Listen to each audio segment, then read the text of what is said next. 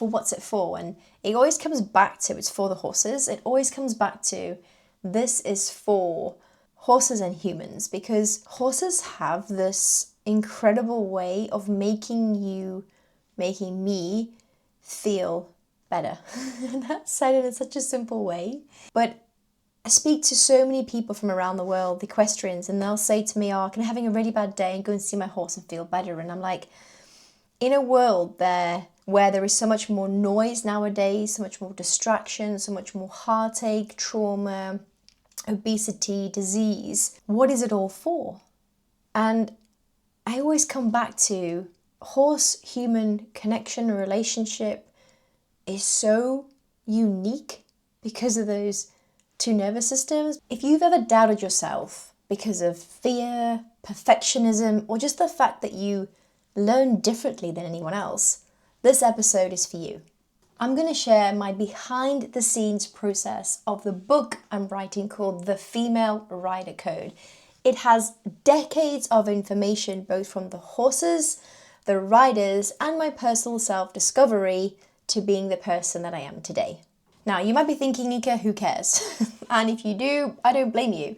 What I want to share is that it's been really tricky to start. So I've had this idea to write the book that, by the way, is packed full of value. Like, I want, if you were to buy the book, to be able to go away and, as a female rider, be able to know what to eat, how to move, how to manage stress, and how to understand your horse better in this book. Like, I don't want to be able to coach you. I want you to take the book, be able to apply the principles to it, understand where they've come from, and take it forward with you and your horse. Like, that is my greatest gift. So in it is going a lot of detail. I'm also sharing where I've come up and where I've learned and how I've developed this specific code for female riders. And I truly do believe it is a code, because equestrians are like no other athletes out there. And I'm sure if you were a boxer, a racing car driver, a footballer, you'd be saying the same thing. Equestrians have a different drive, okay? Because we are fundamentally looking after, managing, caring, loving an animal, a magnificent, powerful animal, and ourselves. Like, what other sport does that? It's usually a solo sport, right? You think about yourself, you keep yourself healthy.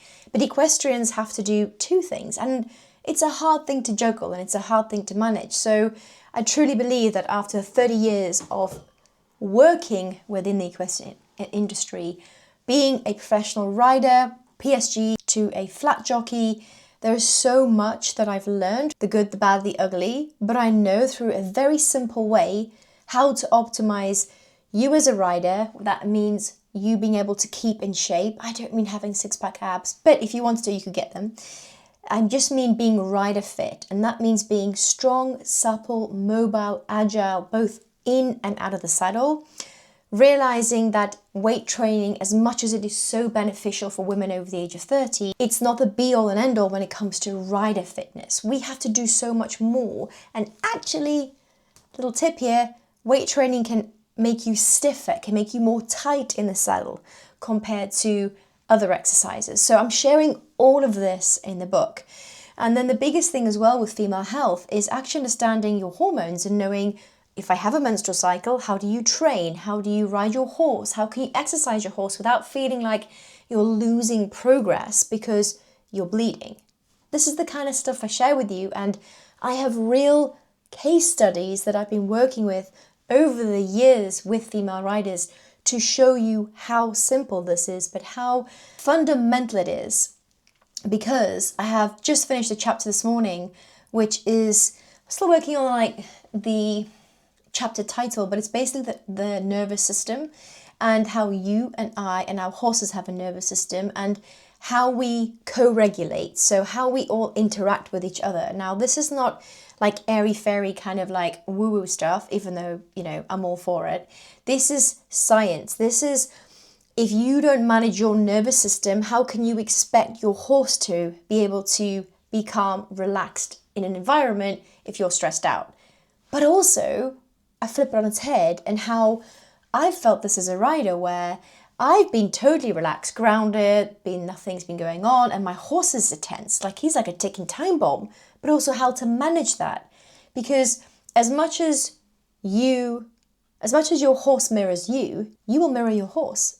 And this is why being an equestrian is so unique, because it's two nervous systems getting together for like this optimal amount of flow, this optimal amount of ease, progression, feeling like a sense of accomplishment, and having to think about many things at the same time. You kind of get why it has to be a code, right? If you're interested to know more about the Female Rider Code, or you want to know more about a specific topic that I haven't mentioned today, comment below or send me a message. I want this book to be for you. So if you're thinking, Nika, that's all interesting, but it's not, and what about this, or what about something else, write it down, because I really want to get this out in the next year. I'm challenging myself. I want to get it out in 2026. That's my goal. On a side note, if you know of anyone that can help me get this book published, please do. I really want to set myself a goal of getting it into being a bestseller. Saying it out loud, saying it for the public, I want it to be a bestseller. So I'm putting a lot of effort, a lot of time, and I think it's good to have goals. And on that note, we're on the 1st of November. So running a business, self-employed, is not easy. My gosh. And would I change it? No.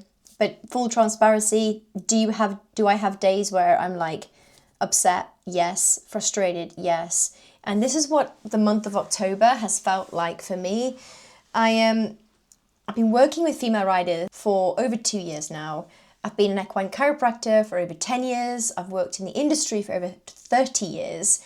But trying to put all of that together has actually been very hard. And it's probably been very hard because, oh my God, it feels like this is a therapy session. It's been really hard because it's been a bit of a challenge to formulate everything in a very concise, easy to understand way. And I'm quite a deep thinker and then get stuck in my thoughts, which can lead to procrastination, overwhelm. And I've had a lot of fear. I've had a lot of fear about, will it work? And am I wasting time? And will I regret anything? And that's brought up a lot. So I've been asking myself very honest questions. And through it, I've got to say, through the tough and through what feels like I've been in the trenches, coming out with this underlying message of being the horse listener or a horse listener, and understanding that I'm actually not here for me. I'm not here to live a financially free life for myself. And I kept asking myself, then why are you doing this? Like, why the endless hours of thinking and endless hours of course creating and creating content and all this stuff? Or because of, who knows, maybe a greater thing that I can understand or verbalize at this point in my journey. But I'm like, there is something there. And I know, not only selfishly, but speaking to others, that I'm not the only one that feels a lot better when they're with horses. And I'm not the only one that will sacrifice themselves, time, money to help their horse. And that's when I'm like, this is what it's for. Horses bring us back into nature. In a world where the technology is advancing, AI is everywhere, being able to go for just mucking your horse out, or go for a hack is so incredible. Being able to communicate in a non-spoken way, where I feel like, again, the world is getting so short in their attention span. Horses bring you back into the moment. Horses bring you back into that feeling of you're a human. Working with your hands, being out in nature, getting all of the things that, if we as humans keep it simple, we need for our health, for our mental health, for our physical health. We are moving our bodies when we're with our horses. That's what our bodies are meant to do, not be sat behind a computer for ages and ages. So yeah, this is what October's done to me. It's been a bit of a reflective month. But I've started November with a goal. So I signed up to a mentor, and my mentor has been helping me for the next 16 weeks. I'm going to be implementing a bit more of a structure to my business. So I don't know if you relate to this, but I'm quite creative, and it's a real gift, but it can also be a distraction because I would rather create than actually stick to a plan. So the next 16 weeks, I'm focusing on one thing in my business. I'm also getting out of my head and just sharing more of the moments that I've had with horses and what my clients have. Because I sometimes, with like the whole social media thing, you almost feel like you're in a competition, like of new views and likes and all that. And then you almost lose focus and sight of why you're actually showing up online every day. And that is fundamentally to spread the message that horses are bloody amazing and they are so beneficial for our physical and mental health. And so staying true to what I'm actually doing, which is sharing the message and helping more equestrians develop better connection and relationship with their horses, that's my main goal. Because then I know I can help more horses. So it all leads me to the bigger goal of 5 to 10 years, which is to help over 1 million horses around the world. And I'm not going to do that by creating the most attractive reel going. I'm sticking to my lane, which is I'm going to be doing this to share the raw moments, the everyday or maybe the every week sometimes moments with horses where a human gets to feel better. A human gets to feel more fulfilled. A human gets to be healed. A horse gets healing. Like, that's what it's about, right?